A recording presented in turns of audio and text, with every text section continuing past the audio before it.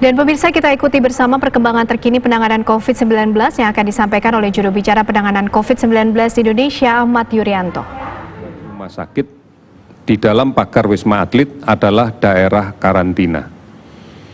Oleh karena itu ini tidak akan sama dengan rumah sakit yang sudah biasa kita lihat, di mana orang lebih bebas untuk keluar masuk, tetapi di dalam kaitan dengan rumah sakit darurat ini, maka akan betul-betul diberlakukan zonasi kekarantinaan,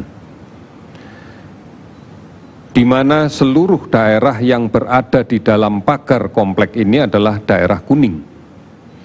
Artinya memang sudah sangat dibatasi siapa-siapa yang boleh mengakses wilayah rumah sakit ini.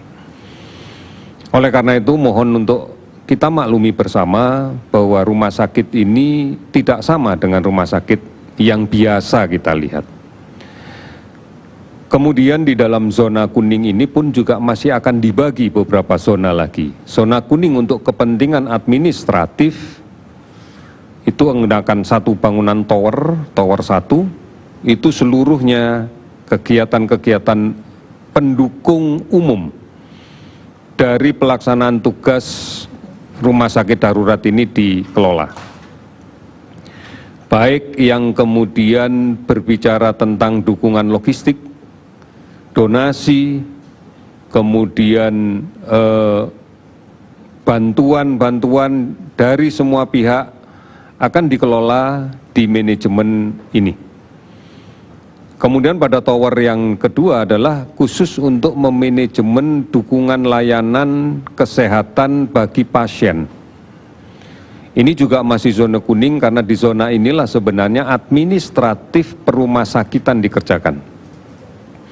Kami sempat melihat bagaimana manajemen sumber daya manusianya yang memiliki karakteristik berbeda dibanding dengan rumah sakit biasa, karena sumber daya manusia yang dikerahkan adalah para relawan, adalah gabungan dari kesehatan yang berada di jajaran pemerintah, baik Kementerian Kesehatan, kementerian yang lain maupun di TNI, Polri, serta relawan dari beberapa perguruan tinggi, dari beberapa pihak swasta atau yang relawan murni.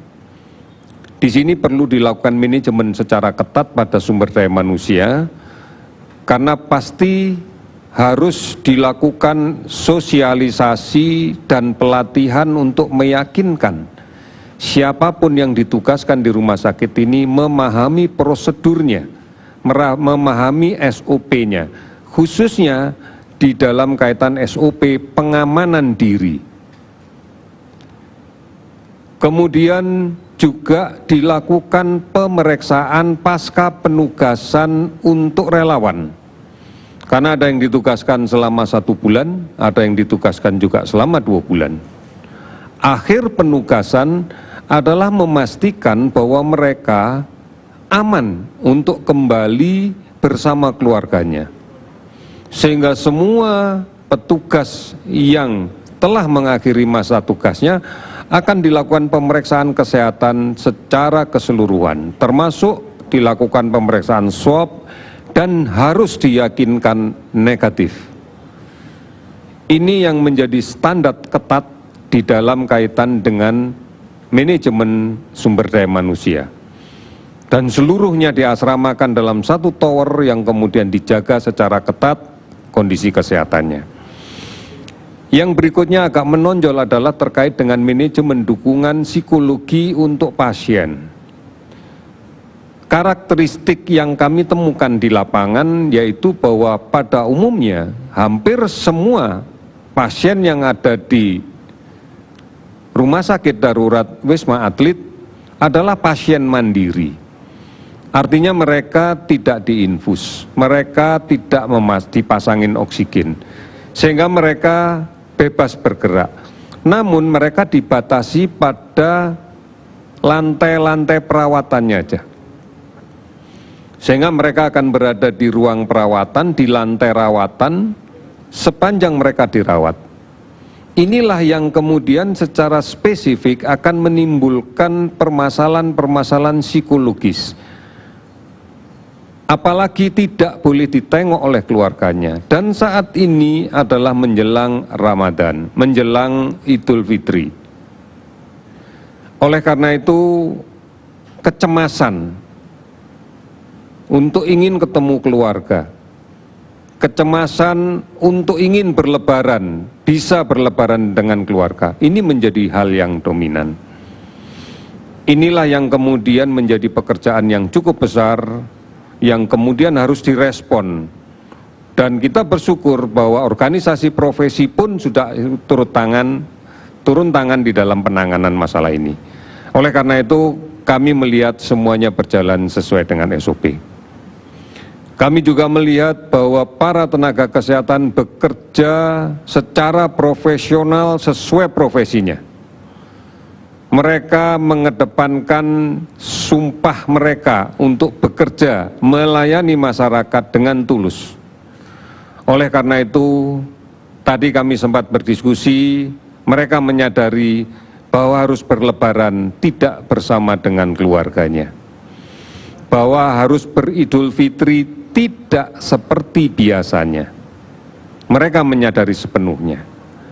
Oleh karena itu, tantangan yang berat adalah bagaimana meyakinkan keluarganya yang di rumah bahwa lebaran hari ini memang tidak bersama dengan orang tuanya untuk anak-anak, dengan ibunya untuk anak-anak, dengan suaminya, dengan istrinya, dengan anaknya dan sebagainya.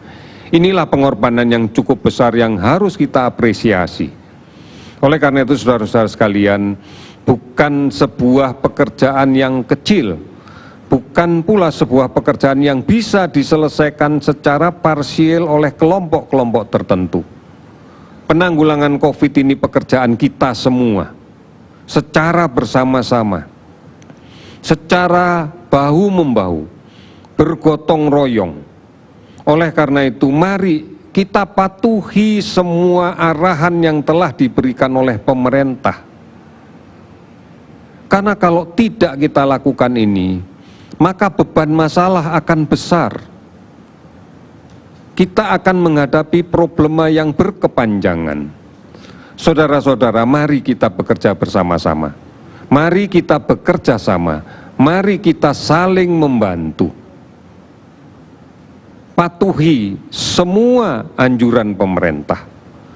Mari kita rubah paradigma hidup kita menjadi normal yang baru, yang selalu memperhatikan PHBS, pola hidup bersih dan sehat, rajin mencuci tangan dengan menggunakan sabun, selalu menggunakan masker manakala keluar dari rumah, dan tidak memaksakan keluar rumah kalau tidak ada kepentingan yang mendasar. Hindari kerumunan, hindari tempat keramaian yang sangat memungkinkan terjadinya penularan.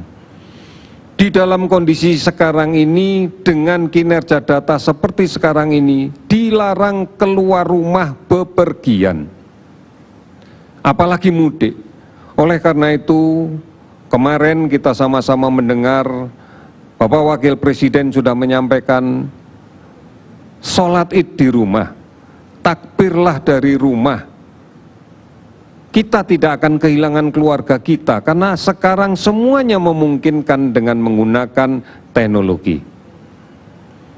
Tetapi ini menjadi penting untuk mengendalikan semuanya dan kita ingin segera pulih untuk kembali produktif tetapi aman dari COVID-19. Saudara-saudara, saya akan menyampaikan juga bahwa Gubernur DKI telah mengeluarkan peraturan Gubernur DKI nomor 47 tahun 2020 tentang pembatasan kegiatan bepergian keluar dan atau masuk Provinsi DKI dalam upaya pencegahan penyebaran COVID-19. Diharapkan bahwa siapapun yang melaksanakan perjalanan keluar masuk DKI harus memiliki surat izin keluar masuk wilayah DKI. Surat ini bisa diisi dan didownload, diunduh melalui website corona.jakarta.go.id. Semuanya ini semata-mata adalah untuk mencegah penyebaran COVID-19. Semata-mata untuk sesegera mungkin kita menjadi produktif namun aman dari COVID-19.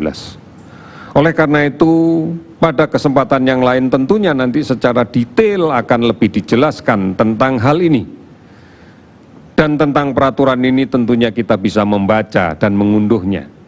Sekali lagi, Peraturan Gubernur DKI Nomor 47 Tahun 2020 tentang pembatasan kegiatan bepergian keluar dan atau masuk Provinsi DKI dalam upaya mencegah penyebaran COVID-19. Kami harap saudara-saudara bisa membaca ini dan kemudian memahaminya.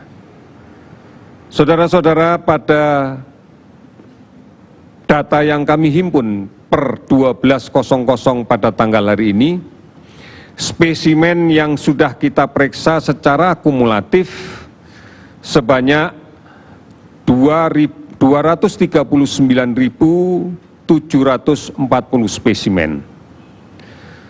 Dari data ini, konfirmasi COVID-19 yang positif naik sebanyak 949 orang, sehingga totalnya menjadi 21.745 orang.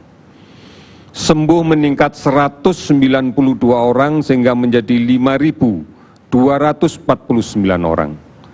Meninggal 25 orang sehingga menjadi 1.351 orang. Sudah 399 kabupaten kota yang terdampak di 34 provinsi. Pemantauan yang kita laksanakan terhadap ODP sampai saat ini masih ada 49.958 sedang dalam proses pemantauan, sedangkan yang diawasi dari pasien sampai saat ini sebanyak 11.495 orang. Saudara-saudara, gambaran inilah yang kemudian kita dapatkan bahwa penularan masih saja terus terjadi. Oleh karena itu, pesan pemerintah, pesan tentang COVID, ikuti dengan baik. Cukup banyak portal berita, cukup banyak aplikasi yang bisa diunduh, bisa dilihat, bisa dibaca. Bahkan pemberitaan yang terus-menerus dilaksanakan oleh berbagai media, termasuk TVRI dan RRI. Oleh karena itu, ini yang harus kita ikuti. Mari mulai sekarang kita budayakan normal yang baru. Cuci tangan, sesering mungkin menggunakan sabun. Tidak keluar rumah kalau tidak perlu. Kalaupun terpaksa, gunakan masker. Hindari kerumunan. Hindari berdesak-desakan. Diatur dengan baik semua kegiatan kita. Sudah barang tentu, pola hidup bersih dan sehat. Kecukupan asupan gizi yang tepat, istirahat dan aktivitas yang cukup. Saudara-saudara, mari kita kuatkan kembali komitmen kita untuk melindungi kita supaya tidak sakit. Komitmen kita untuk melindungi keluarga kita sebagai basis masyarakat agar tidak sakit. Ini sumbangsih yang bisa kita lakukan secara terus-menerus untuk negara kita dalam menghadapi COVID-19. Ya, pemirsa, baru saja disampaikan data terbaru penanganan COVID-19 di Indonesia. Ada penambahan cukup tinggi di kasus positif COVID-19. Di hari ini bertambah 949 kasus positif menjadi 21.745 orang yang sudah terkena COVID-19. Kemudian 192 hari ini dinyatakan sembuh menjadi 5.249 serta 25 orang dinyatakan meninggal dunia hari ini karena COVID-19 menjadi 1.351. Dan pemirsa, kami masih akan kembali hadir untuk Anda.